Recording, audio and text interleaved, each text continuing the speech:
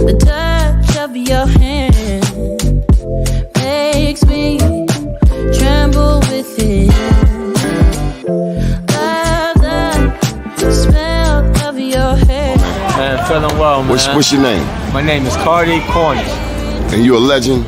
I'm a legend. You're a legend here in Baltimore City. Where we at right now? We live in the 17, Pennsylvania Avenue. The legendary Pennsylvania Avenue. Man, the last time I saw you here, you were doing something just across the street here. What were you doing? Oh yeah, I had some food left over from an event. We brung it out. We fed a couple of people, man. Why you do that? Nice soul food. Huh? Why you do that? Man,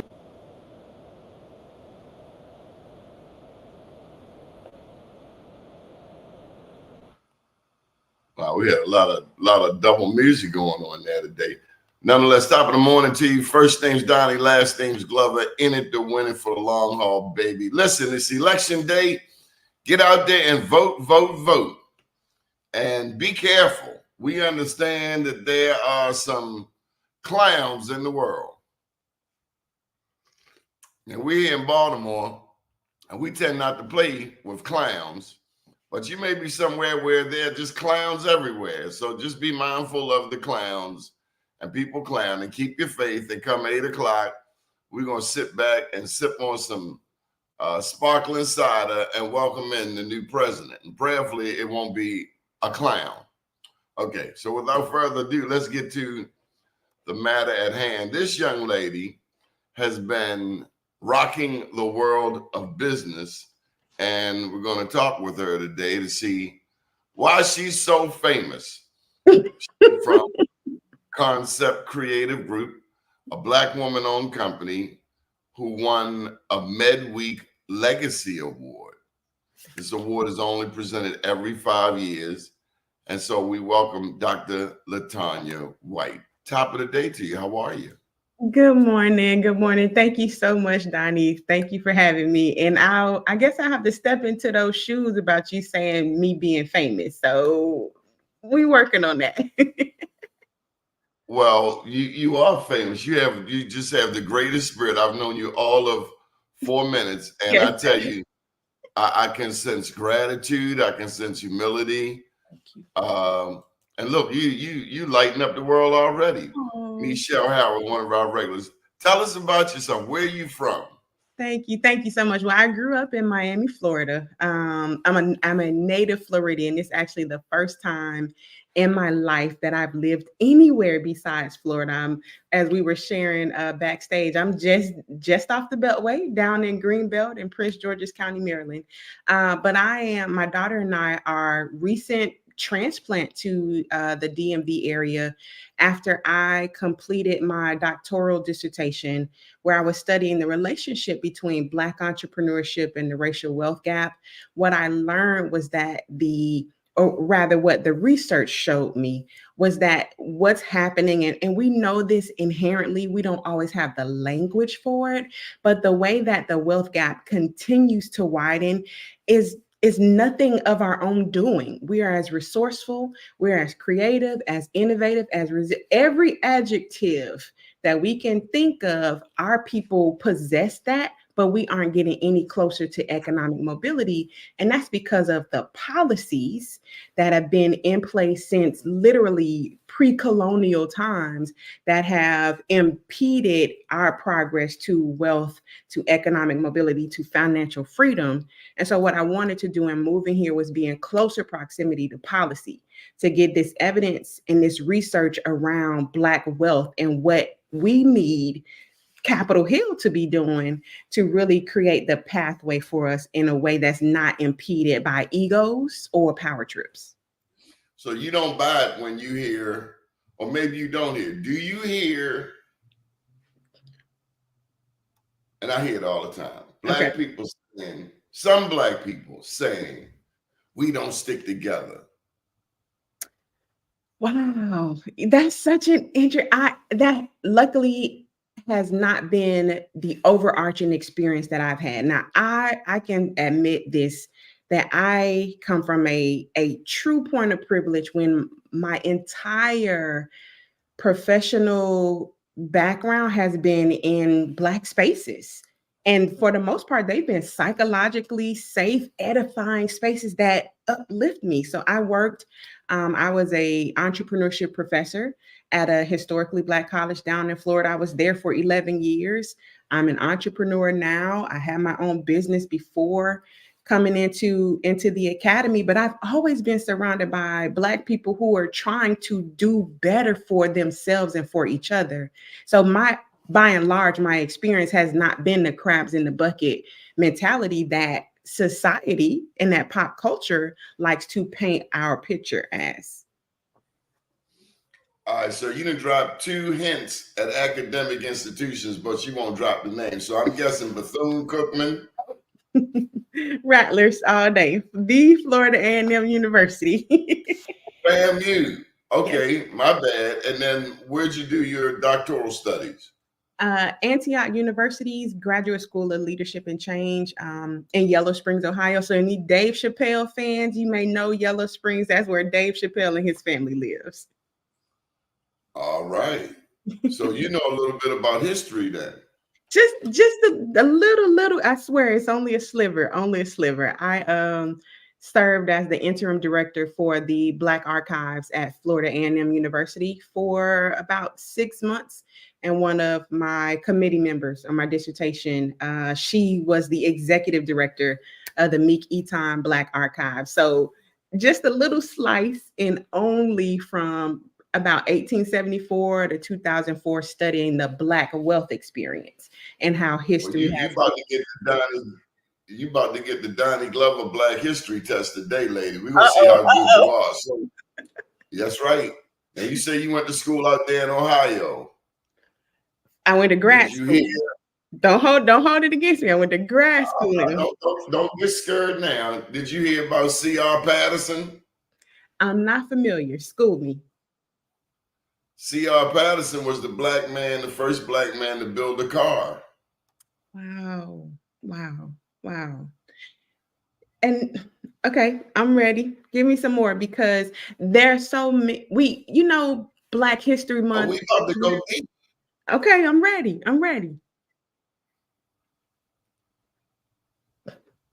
Did the first Black people come to the United States in the bottom of a slave ship? I don't believe it. But where could you find that, right? Like, I don't know.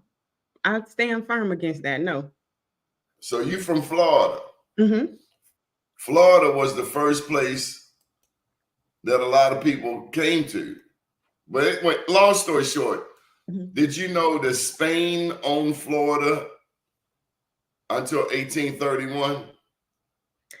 I can believe that, because Ponce de Leon, right, and the whole Fountain of Youth. Now, this is what you learn in Florida public schools. This is a part of history. They were lying. Yes. They were lying. They were lying to y'all there and us here.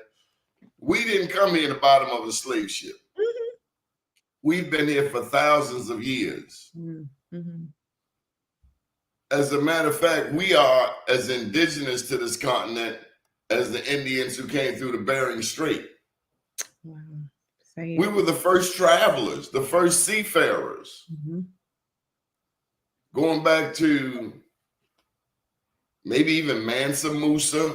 Mm-hmm. See, off of the coast of West Africa, they have currents that you can just literally get in a boat, and those boats would drift right into the West Coast, the East Coast of South America and North America. But the British, they were late coming to North America. They were at least 100 years late. And here's one of your homeboys. Well, he used to be my homeboy, then he skipped on out. He left Baltimore, and y'all stole him. I think y'all kidnapped him in Tampa, and he ain't never coming back. But who I was getting to was Juan Garrido. Mm-hmm. Juan Garrido. And he was a Spanish conquistador. Yep, we hear about those. Mm-hmm. So the Spanish were all up in here long before the British ever came. And so you might want to grab, this is my second book, I Am Black Wall Street. The first people who went to Oklahoma came out of Florida. Mm-hmm. And the leader was a Black Seminole named Chief John Horse. Now, I guarantee when you read the story of Chief John Horse, it will blow your mind. You ever heard of Negro Fort in Florida? Say it again. What's the name of it? Negro Fort. Fort. And what part of is that in the Central Florida? Like where was that? Near Rosewood? Negro Fort. Let me tell you. I would say northwest. Okay. See, there's so much about our history that these You don't know? people have hidden from us because they don't want us to know. But nothing them people tell you is true. Where is Negro Fort in Florida? Short-lived fortification built by the British in 1814. Let's see. Remote part of what was at the time Spanish Florida. So I'm going to say Fort Gadsden. Gadsden. That's not far from Tallahassee. So that's where I moved here from, Tallahassee, where FAMU is. But Gaston County is the next county over from the capital county, Leon County. So look, if you lived in Georgia, South Carolina, Louisiana, since Florida was owned by Spain, if you escaped to Florida from surrounding states, as long as you were willing to convert to Catholicism and fight for the Spanish crown, you would get your freedom. So blacks in Florida were strapped. You heard of the Seminole Wars? Yes.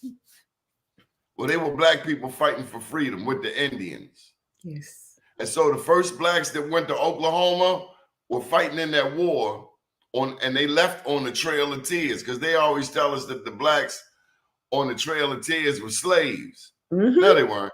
They were warriors with their families.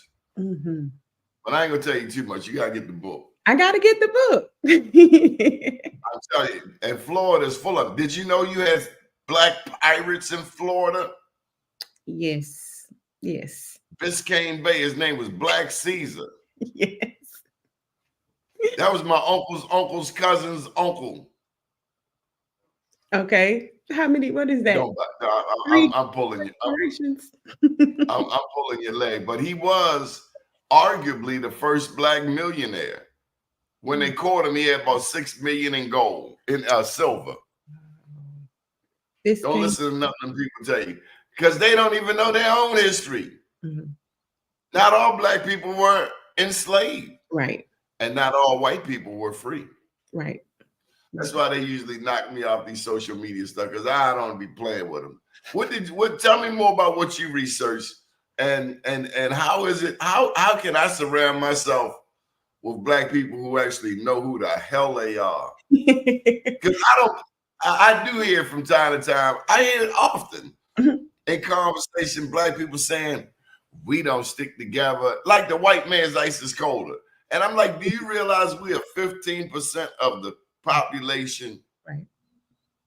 These people done attacked us mentally, physically, spiritually, economically, politically. I mean, damn. It's a wonder that we have mastered every discipline we get in. Right. Right. So part of the research, the origin of the research that I conducted, because it was probably about 4 or 5 years into teaching entrepreneurship. I taught management courses, and towards the end of my time at FAMU, I was teaching professional leadership development courses. But the entrepreneurship class was where I shined. That literally was my zone of genius. But as I looked around, there were only 10 or 12. I think the highest number of students that I had enrolled in that, and it was an elective course, may have been 20 students over the course of 11 years at a institution that had upwards of 10,000 students enrolled. And I could not figure out where were all the students. And before the saying was popular, the math wasn't mathing. So I went and I went to the administration, because I was trying to figure out what is happening? What is the impediment or what's the barrier that's keeping students from enrolling in this class? And what I learned was there was a prerequisite. So in order to enroll in the entrepreneurship elective class, you had to have taken, I think it was a marketing class. But at the time, now I will say this was a decade ago. So I was probably just a little bit ahead of my time in advocating for Black entrepreneurship education. Because what I learned was that we have to engage with students at HBCUs, we have to engage with Black students at historically white institutions in a different way because of our lived experience. And we're not a monolith. So the way that we learn, the way that we should be taught should not be the same that everybody else is being taught. And that was one of the so there are two major findings that came out of my dissertation was there is a need for not culturally responsive. That word the phrase just feels so whitewashed, but ethnically and racially equitable teaching, right? So making sure that my lived experience, my ancestral narrative is accounted for in how you engage with me as a learner. And in education, we have what's called this, it looks like Maslow's hierarchy of needs. It looks like that triangle, but it really kind of assesses how well is the student learning, how quickly can we take a student from remembering a concept to understanding it and then being able to evaluate and apply it and ultimately create something new? It's called Bloom's taxonomy. And like most constructs, like most things we're taught through are from a white male, a Eurocentric white male perspective. What that process does not account for is exposure. So yeah, I'll teach you something and hope that you remember it. We want to reinforce it, but research shows that I'm more likely to process the information and create something when I've been exposed to it over long periods of time. So we get into a classroom and you teach me something for 2 weeks, and then in the third week you test me on it. What does that say for how I come into the learning journey?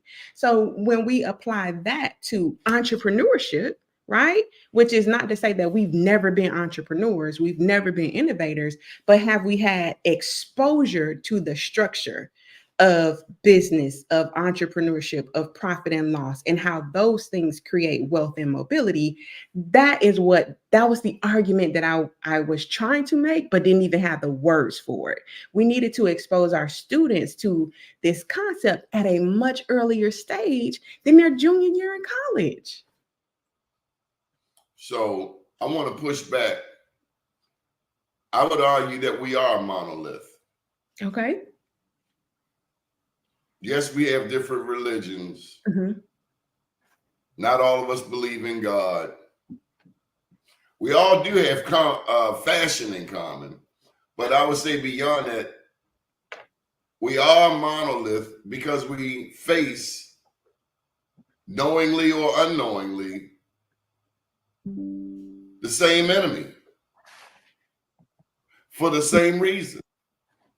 They don't like you in Florida for the same reason they don't like me in Baltimore. Mm. You're Black. Mm-hmm. Which isn't even, it's something that has become who we are. What do you think about that? I find that interesting. Well, I'm a phenomenologist. So in what you're sharing around being a monolith, we have this thing in common. Melanin. We have a shared experience. Our first interaction with these non-Black people, they either try to take our women, our land, our property, our spirit, our freedom. Damn it, in a foxhole, we got the same enemy. This cat is a problem. I don't disagree with that. What I will say, though, is when we're looking at the nuances of lived experiences, because as a phenomenologist is a person that studies the lived experience of different groups of people. So yes, we have collectively experience systemic oppression, structural racism in different forms and different levels of aggression and things of that nature. But there are still different nuances of our stories. And so when we come to how do we teach about wealth, how do we transfer this, what knowledge is when it comes to wealth? And this is a part of why, to your point earlier, me being so famous, one of the things that I really amplify in my research and wanting to make sure that I lead with the research is it gives us the fact-based language for how, while we may look the same, we may have similar features, there are different lived experiences that we've had that are going to create different outcomes for our families, for our communities. How do we take what are the opportunities or the actions that move us all forward? How do we study those actions and then do our best to apply that to this monolith, even understanding that we're going to react and respond in a different way? So while we've had the shared experience of being Black in America, there are still, as we know, different socioeconomic levels. That does not mean we can't all get to this place of economic mobility, but how do we do that? And that's a part of the research around dynamics. Working together. Well, would you conclude? I agree with that, working together, but let's also consider, and I'm sure you'll love this, the Black leadership, right? We don't have the one-man leadership that our communities used to have, and that goes to your point about that's dangerous. That's dangerous there. Did we ever have one leader? We've had them, but we don't have them anymore. And for who was a one leader? It's too many people. It's too much territory to have just one leader. The face of leadership. So your Martin Luther Kings, your Fred Hamptons, your Malcolm X's, the face of leadership, of absolutely knowing that there was a body surrounding them, but I'm referring to that face of leadership. I don't know. Okay. I don't know, because the Christians didn't love Dr. King. Did they? He did not really have the support of the Black church. They were jealous of him. Now that part is out of the scope of my research. Dr. King, they didn't love him. Okay. The church kicked, they pushed back on him. That's why he went down there. What was that? The Alabama, Mobile, Montgomery, the Deep South. And then too, he was more in the South. Right. Morehouse man. Right. Up north at the same time, you had Malcolm X, who was Muslim. Dr. King was Christian. Malcolm X left the Nation of Islam, started his own Universal Negro. What was it? What did he start? UNIA. Started his own Marcus started Universal Negro Improvement. But he started his own organization because he didn't agree with some of the things he saw in the nation. But I don't know that we ever had a singular Black leader. And the fact is, they were assassinated. Absolutely. So that was the commonality. Especially when you ever see the famous picture of Martin and Malcolm in the same picture? Not only that painting that all the elders had. That's what comes to mind. So tell me more about this shared experience. And don't laugh, but we've always had to deal with the underground economy. Is that a part of your research? Peripherally. Like in Baltimore, people ran numbers. Down in Florida, somebody was doing something, underground activity that generated money. Absolutely. Like New Orleans. Did you know New Orleans had some of the richest blacks in America? Yeah. Because you had the influence not just of the English, but the British and the Spanish, and there was less of a policy. And they had just some of the richest blacks in the country. Mm-hmm. A lot was going on in the South that people up north don't know about. Right. So Dr. Julia Walker, she's the editor of the Encyclopedia of African American Business History. And there are, say that again for me. She has a couple of books out. Yes. So the one that I reference most heavily, because one of the things that I did in my research, and I studied dynastic wealth. I studied these families that have controlled their wealth or their assets for 3 consecutive generations. And I was so enamored. I was so in awe of this concept that I wanted to find the Black dynasties. And in order to do that, I essentially had to conduct like business genealogy. And that's where Dr. Walker's Encyclopedia of African American Business History came into play. Because what I would do, I actually did a search for, prominent or successful Black businesses, and then try to pinpoint that business or the owner or an ancestor of that owner in her encyclopedia to go back. Could I find 3 consecutive generations of ownership? And so that's where I saw that there was a lot of, to your point, underground economy and underground wealth, for lack of a better term, that was embedded in the South. You had the insurance companies in North Carolina.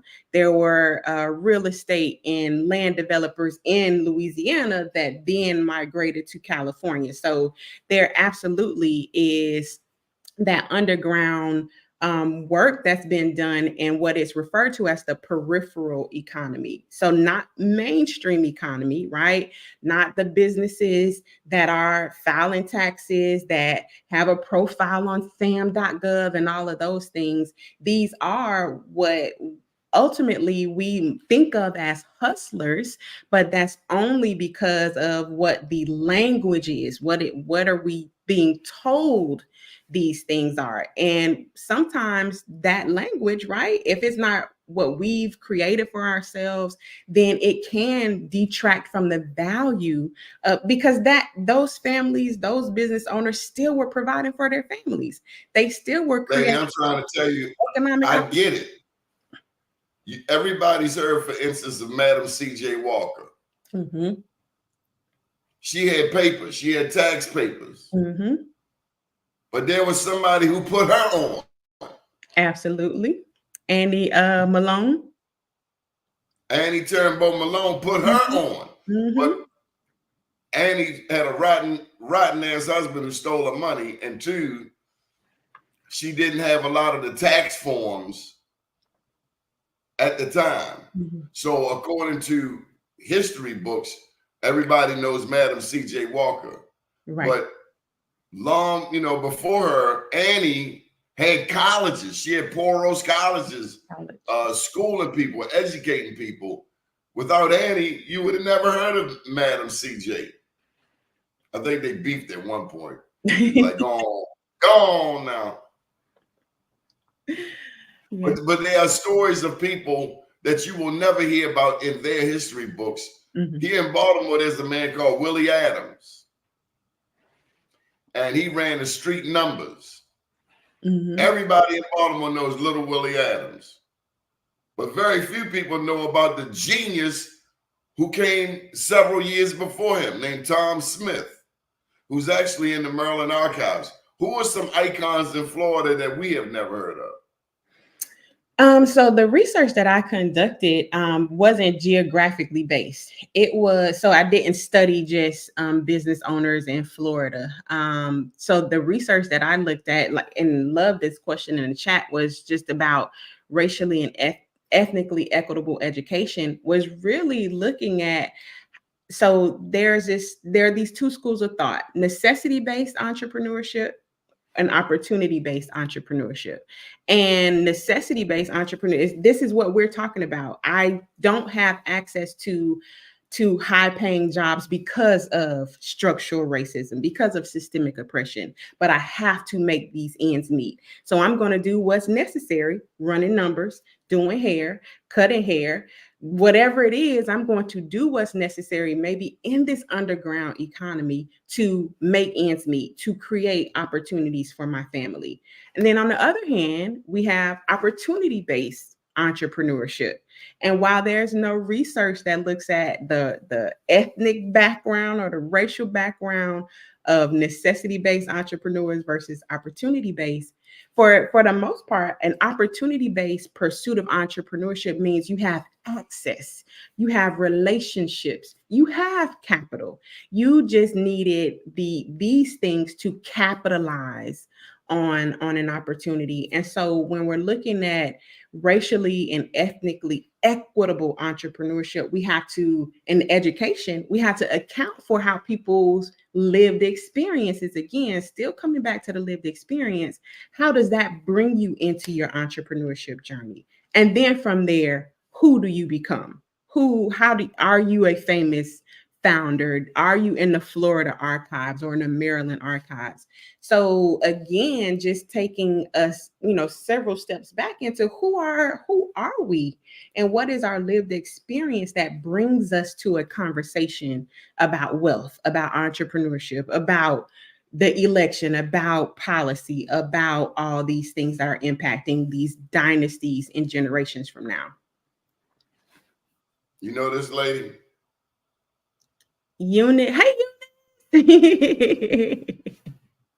Intellectual wealth. Oh my goodness. So Doni, if I may, so dynastic wealth is a framework. Came out of my research. And one of the things, we celebrate this idea of generational wealth, but our counterparts, high net worth, ultra high net worth counterparts, they don't use that language. They're building these dynasties. And these dynasties actually, I've talked about the 3 generations of control, but there are 5 forms of wealth. And intellectual wealth is one of those. I don't remember the generations of control. So 3 generations of control. And it's, so you have your Rockefeller family, right? Most people know the Rockefeller family. You have your Walton family, and then let's also think about the Vanderbilts. So remember, I was sharing. How do they build their wealth? The Rockefellers through oil. So John D. Rockefeller, the Standard Oil Company, the Waltons through retail, and I forget the Vanderbilts. The Vanderbilt actually, they didn't reach dynastic status. They didn't maintain that wealth for 3 consecutive generations. So are these the richest people in America? They're probably, so the Rockefellers are among the 25 wealthiest families. Walton, of course, you got your Elon Musk and your Jeff Bezos at the top of that list. I just got to throw this out here because this is Black USA. Do you know who the richest king who ever lived was? Weren't we speaking about Mansa Musa earlier? Okay, I just want to put that out there because a lot of this white wealth was built on the backs of black labor. A lot of them sold dope. A lot of them sold liquor. So I don't want to put them in such a light that, even like Cecil Rhodes here in the U.S. I'm a Rhodes Scholar. Cecil Rhodes was over there killing black people in South Africa. So going back to that language. Right. We have a tendency to put certain people up on a pedestal when they were cruddier than cruddy. Right. I'm sorry. No. Okay, so tell me more about these Vanderbilts, the Rockefellers, and the Waltons, the Walmart people. So it's not so much about. Like Walmart, though. I ain't gonna lie. It's not about them. It's about how they have packaged, protected, and passed down their wealth in ways that we have not been privy to. We have not been taught about these things. The lie, right? We've been conditioned to think that we haven't been taught about them, or we haven't been able to secure them. Because look at how many inventions. Every major invention, many of the major inventions, Lewis Latimer, the light bulb. A lot of times, just stuff was stolen from us. Absolutely. But So if you got me handcuffed, how can I move if you got me handcuffed? You got me cuffed. mhm. And then these people, all right, my great-great-grandfather, your great-great-grandfather was a thief. So with I'm that shut up. in mind, right? So great, that's 4 generations. What we're talking about is, and to the point about generational wealth, we're usually celebrating just passing something down to the next generation, maybe 2 generations. When a dynasty is being built, and so what dynastic wealth is, it contextualizes the approach. So yes, the Waltons, the whomevers, right? But my lived experience as a Black person you can't see my experience in that. Dynastic wealth, on the other hand, accounts for my relationship with money, the trauma around being Black in America. How do I talk to my grandmother and my aunt about money when it's being kept from me for so long? So dynastic wealth is really looking at spiritual wealth. Who are we as a family? Intellectual wealth. What are our passion, skills, and abilities that we can start to monetize and build wealth around?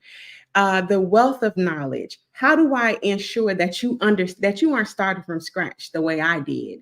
And relational wealth, making sure that your social capital, your relationships are just as important and intact as they were for the third, fourth generation of Vanderbilts and Waltons and whomever. So we still can own that power.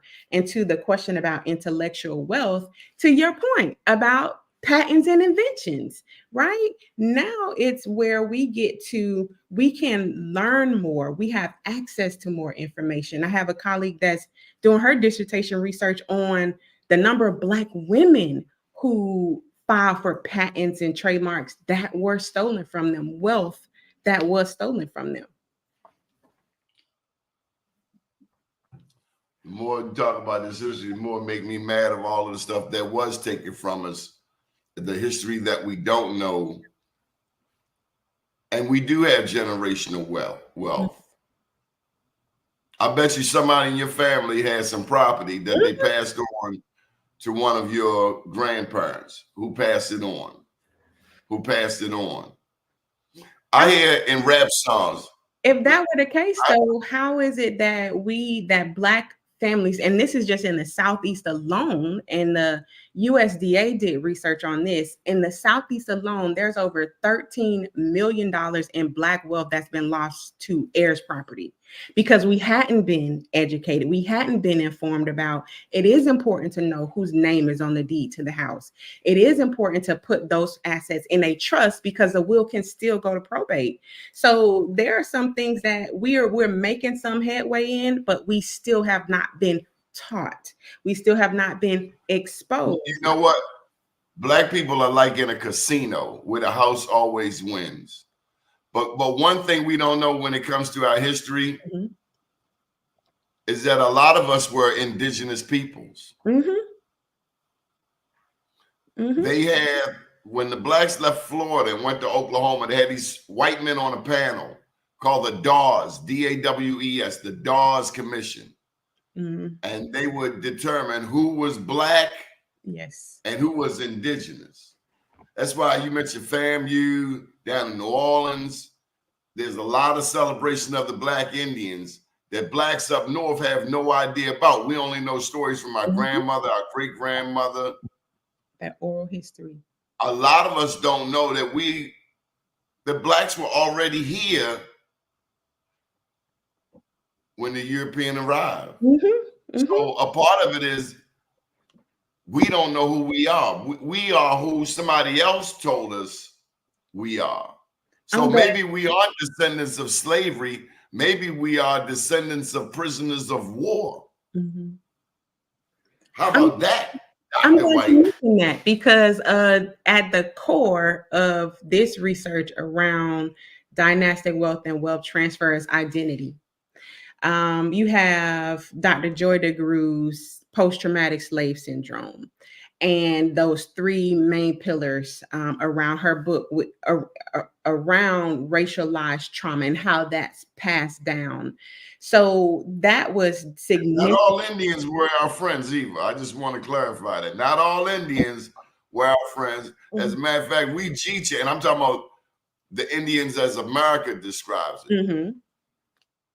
Like when the blacks left Florida and went to Oklahoma, they still had to fight other tribes. But you got to peep Chief John Horse. If you get nothing from my sharing, Chief John Horse, he was a bad man. Went all the way to Mexico. And he was not a slave. He was a soldier. Just like your ancestors. They were soldiers. Mm-hmm. These other people, they rewrite history. The Lone Ranger was a black man. The Buffalo Soldiers settled the West. Mm-hmm. The first cowboys were black. There would be no West without, and then Louisiana, that whole Louisiana Purchase just changed another 2/3 of the trajectory of this country. You got me excited. Well, let's get excited about what wealth is going to look like in Black communities, because we have this history of wealth. What does our future of wealth look like? That's where we can also be excited, right? That's where we can really look at right now today, because we're at an inflection point. Regardless of what happens in the election, there's still some things that we control, and that is how we engage, how we show up for our families. That is how we capture our family history. That's how we teach our family history. That's how we use that history to write new futures, right? Those are things that we can be excited about just as well, 60 years ahead of us, 6 generations ahead of us, just as we can be excited about what's been, 6 generations behind us. We got to start pulling that weight. If your nephew goes on to the NBA, it is not the rest of the family's job to bleed him dry. If your great niece goes to the WNBA, it is not the rest of the family's job to bleed them dry. Hey, can you give me $5,000? Hey, can you? No, we got to stop doing that. We bleed each other. Oh, he think he all that. She thinks she all that because she Dr. LaTanya White. No, take your ass to college. Take your butt down. Get up off your duff. And if you can't go to college, then do something. And I hate when people say, oh, not everybody made for college. As soon as they get locked up over that jail, where they at? They in a class. So this is good. This is good because to your point about, the NFL player, the WNBA player, this is where spiritual wealth comes into play. And admittedly, in order to participate or work with your family in this realm of spiritual wealth, because dynastic wealth is more than just about money. Remember, there are these 5 forms of wealth: financial wealth, spiritual wealth, the wealth of knowledge, intellectual wealth, which Eunice, I hope I answered your question. I could come back to it, and relational wealth. But spiritual wealth is the idea that what the work that we're doing is greater than ourselves, because it has to outlive us. It's not okay for the next generation to have to start from scratch. We should be so committed to advancing ourselves that their starting point is so far further than where ours was because of the work that we've done. And so what spiritual wealth does in this example with the NBA and the NFL WNBA player is we've done the work to say, this is what we value as a family. We've done the work to say, this is who we are. This is our family identity. Money just amplifies who. Money is just a tool to amplify who we are, the impact that we want to create. And money allows us to do it quicker. Who we are, what we're here for, our purpose as a family. And that's where, when we're talking about technical assistance, your scores, your small business development centers, and I worked as a technical assistance provider. I am a technical assistance provider, but I don't always have the bandwidth in that 30-minute session to talk to you about exit planning. about succession planning, about making sure that you understand how your work as an entrepreneur is impacting your family, how your time as a wealth creator, your identity as a wealth creator is impacting your family. And so dynastic wealth is an extension of technical assistance where we're looking at the family and that community wealth that comes out of what entrepreneurs are doing. Tell me about some professions that have been staples in the Black community. Well, historically, and Dr. Adia Harvey Wingfield, her dissertation in a book that she published back in 2008, The Business of Beauty, that book, so good, so good. But what came out of her research showed that, and we see this a lot, right? We've over-indexed there historically have been more beauty salons, barbershops for in African American communities. In Latinx communities, they're providing what was it? Oh, grocery stores. No, I'm sorry, food service businesses and hair salons, right? And then in Asian communities, there were grocery stores and nail salons. But it wasn't because that's all we wanted. That's all we aspired to. And it wasn't just because of racism. It was because of gendered racism. Now here we go with phenomenology. Here we go looking at the lived experience, because an African American woman's experience naturally is going to be different from an Asian American woman's experience and how that translates to her entrepreneurial journey.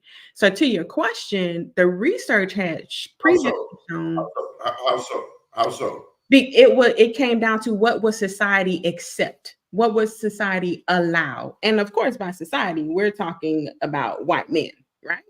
So that's why the understanding the history. Like the sister would have the advantage against the Asian woman. How so? Because the sister's the most beautiful woman on the planet, and everybody want the sister, including the white man. That's why we got light-skinned people in our race. So from an economic perspective, when we're talking about the professions, because your question was about what are those professions, let's look back. Madam C.J. Walker was a washerwoman, right? Because that was all that she was allowed to do on her own. Domestic work, we know these things. And not very different was the experience of Asian American women, Asian American men, or Asian immigrants, let me say it that way. Hispanic immigrants, right? They were only allowed, they were relegated to certain industries. Yeah, but you had some Black women who broke the glass ceiling. Absolutely. I mean, Maggie Lena Walker comes to mind. Absolutely. The first Black woman to charter a bank over there in Richmond, Virginia. Mm-hmm. She wasn't taking no prisoners. Mm-hmm. And I'll tell you an industry that you simply can't leave out on this show, and that's the funeral industry. Mm-hmm.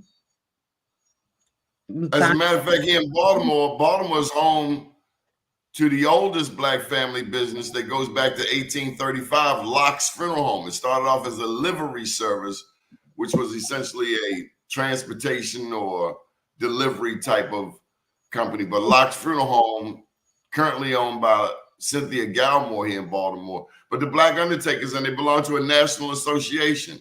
Mm-hmm. I'll tell you something else that's a Black industry. And I alluded to it earlier, cowboys. Okay. Cattle. Them Black women over there in Texas, they are the first Black women in rodeos. Did you know, Smarty Pants, did you know that Texas, did you know that Texas had over 500 Black towns? Wow. Wow. Oklahoma had 70 to 80 Black towns. So we know about what Zora Neale Hurston down in was that Rosewood? Mm-hmm. No, Zora, I don't think that was Rosewood. It's near Orlando. The lady wrote a book about it. Who was that lady? Oh my God. But their eyes were watching God, but that wasn't Rosewood. It wasn't St. Augustine's. No, let me No. look it up. Because Zorafest, they have Zorafest. Zorafest. It's in, where is that? Eatonville. Eatonville. Yes. So it's Dr. Smarty Pants to you. No. You got a whole thing. So we had a lot of stuff that they just stole from us, and this has been a lot of fun. Matter of fact, let me just shut up because I don't want this lady. You got the whole African. Tell me about African American economic cooperation. Is that a possibility when you consider the natural resources throughout the continent, the 54 countries in Africa, or blacks in Brazil? I mean, Brazil has the largest number of black people. We got, 40 million here. They got 115 million there. Or your cousins down in the Caribbean, Puerto Rico, Cuba, Santo Domingo, Haiti, Jamaica. They all just one bus stop, one boat ride stop away. Mhm. What's the global perspective look like? The global perspective, actually, this is interesting. It actually helps us kind of come back to that monolith, that thread we were talking about in the monolith. So I remember a couple years ago, I was speaking to the Department of State, U.S. Department of State had gotten Black entrepreneurs, or let me say this, entrepreneurs from the diaspora, from Australia, Spain, Japan, Colombia. I mean, over 100 entrepreneurs from the diaspora, all in one place in Baltimore. We were on Morgan State's campus. And they asked me to keynote the session to talk about dynastic wealth. And Doni, I'll tell you, I was so nervous to share my research because I kept saying, this is the study of Black Americans, how we have this hesitancy to talk about money and how it feels it's scary to talk to your family about money. And I kept saying, this is the Black American experience. But after the session, because I went through everything, all the research that I'd done on Plessy versus Ferguson, the failure of the Freedmen's Bank. And I said, these things still live with us and they impact the way that we engage when it comes to money. But afterwards, I remember Grace, she's Australian. I see her face so clearly. She said, this is my story. This is what my aunts and I are talking about right now, what we can't talk about right now. People, Black entrepreneurs in Japan and Colombia, they all told me that the Black American experience, when it came to wealth, they were having the same experiences. So now to your question about, the global, what's next for the global diaspora, it comes back to what you said earlier. We have to be working together on this. And so the more that I can help give people language for what they are living, the easier it will be for us to see each other in each other. And that is what will create that trust that will allow us to bond more closely and work together to solve these problems. Do you work with any Africans? Not on the continent. So I'm connected to like second generation African immigrants that are here in the States, but not yet on the continent. So I look forward to you introducing me to some. Well, this is where I'm going with that. One, Ancestry.com, it only tells you a piece of the story.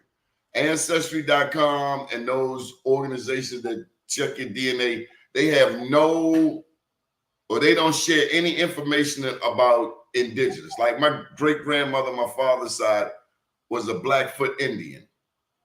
Don't worry about them. There are always threats of war. And I tell you what, these cowards don't want no smoke. Remember the Klan. What did they do? It's 15, 20 of them on horseback with the hoods. Mm-hmm. They don't want no smoke. They talk that smack. And right now down in Georgia, they threatening our women. But what the dummies don't realize, they got women too. Do you think these young people are going to allow you to hurt their big mama? I'm sorry, I get distracted. You got me started. We are stronger than we realize. Mhm. Real estate, banking, media. That's why I do media. So let me get back to the story. Okay. Do you know any Nigerians? Again, second generation, yes. There's this stigma that African Americans have about Nigerians, generally speaking, and that Nigerians have about African Americans before we even meet each other. You know why? Why's that? White media. Mm. Before we even know who our brother is, we don't know if he's Igbo, Yoruba, Etta, Eka, Hausa. We don't even know. All we know is, oh, he's Nigerian. And so there's this stigma that comes, or they have this opinion of us or the African Americans, like we lazy, like we don't know what the deal is. And that's all from somebody else's depiction of us before we even get to know each other. But first, we got to get to know ourselves and our history. You ever heard of the Mound Pyramids? No, I haven't. There are 450 of them across the United States. You've heard of the Olmec heads, right? OLMEC, 2,500 years ago, found in Mexico. How many of us know, for instance, that Mexico had a black president, Vincent Guerrero? There's so much history that's been hidden from us. I think maybe we just ought to get back into learning who the heck we are without outside interference. Like Black Caesar. You know about Black Caesar. We all should know about Black Caesar. He's arguably the first black millionaire. You ever seen a show called Black Sails? The pirate show? Yes. Okay. That show pointed out, you've seen the movie Amistad. Right. Where the blacks took over the ship. That thing was more common. And people couldn't hold us down. Yeah. Come on now.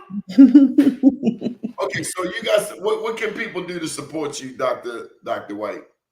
And we got to bring you back to the show because this is only part one.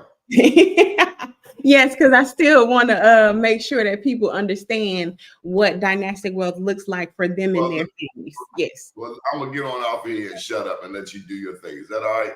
No, that's fine. That's fine. So one of the things I love for the Donnie Glover community to be able to take away from this is there's so much more to who you are than what you've been led to believe.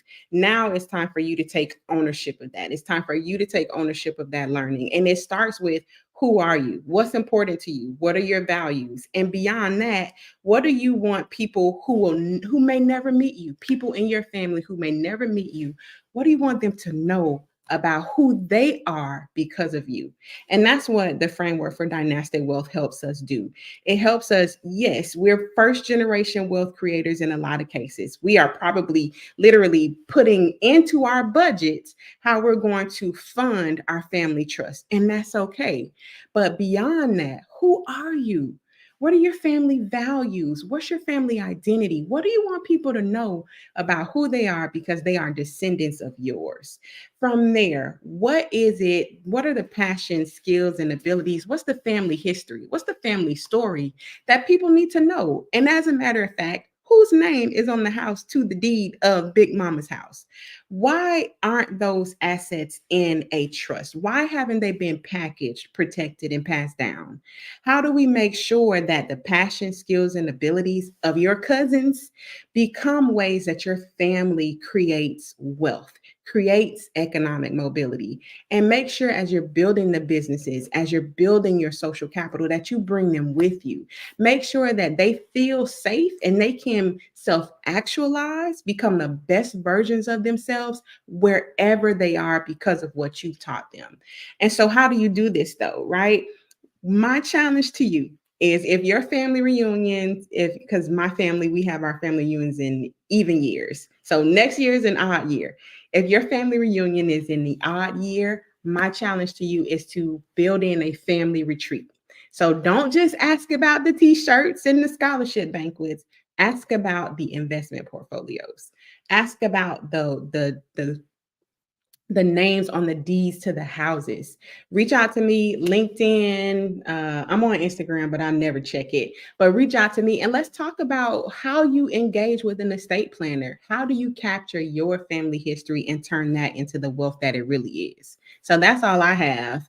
And Mr. Donnie Glover is going to make sure that we understand the history that brought us here, right? Well, I think we need to do some online workshops.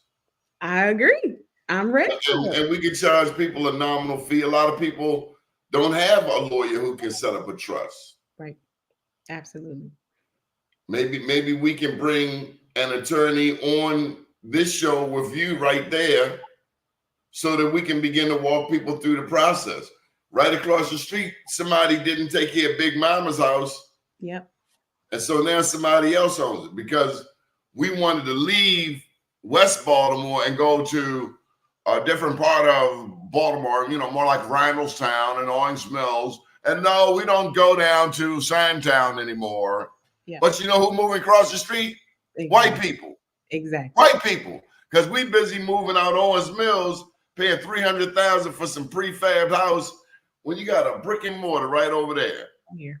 Yeah. Yeah. So we also got to get back into what our values are. And I want to tell you my mama's values. At 18, you leaving. Mm-hmm.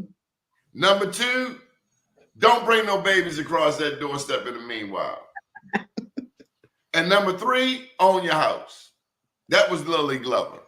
Mm-hmm. At 8, she started telling me at 14, you like 15, you like 16, you like, oh, I heard you. At 18, out of there. That works against us. But I know we're at time. I'm not going to open that can. No. Hey, look, this is the Black News Network. We can go as long as you want. If you got to go, I understand. Why does that work against us?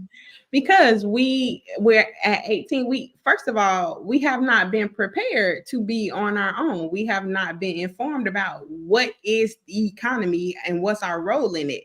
But now she batted 4 for 4. All of us own a house. That's amazing. But that's the anomaly. That's not by and large how things happen if you have not been exposed.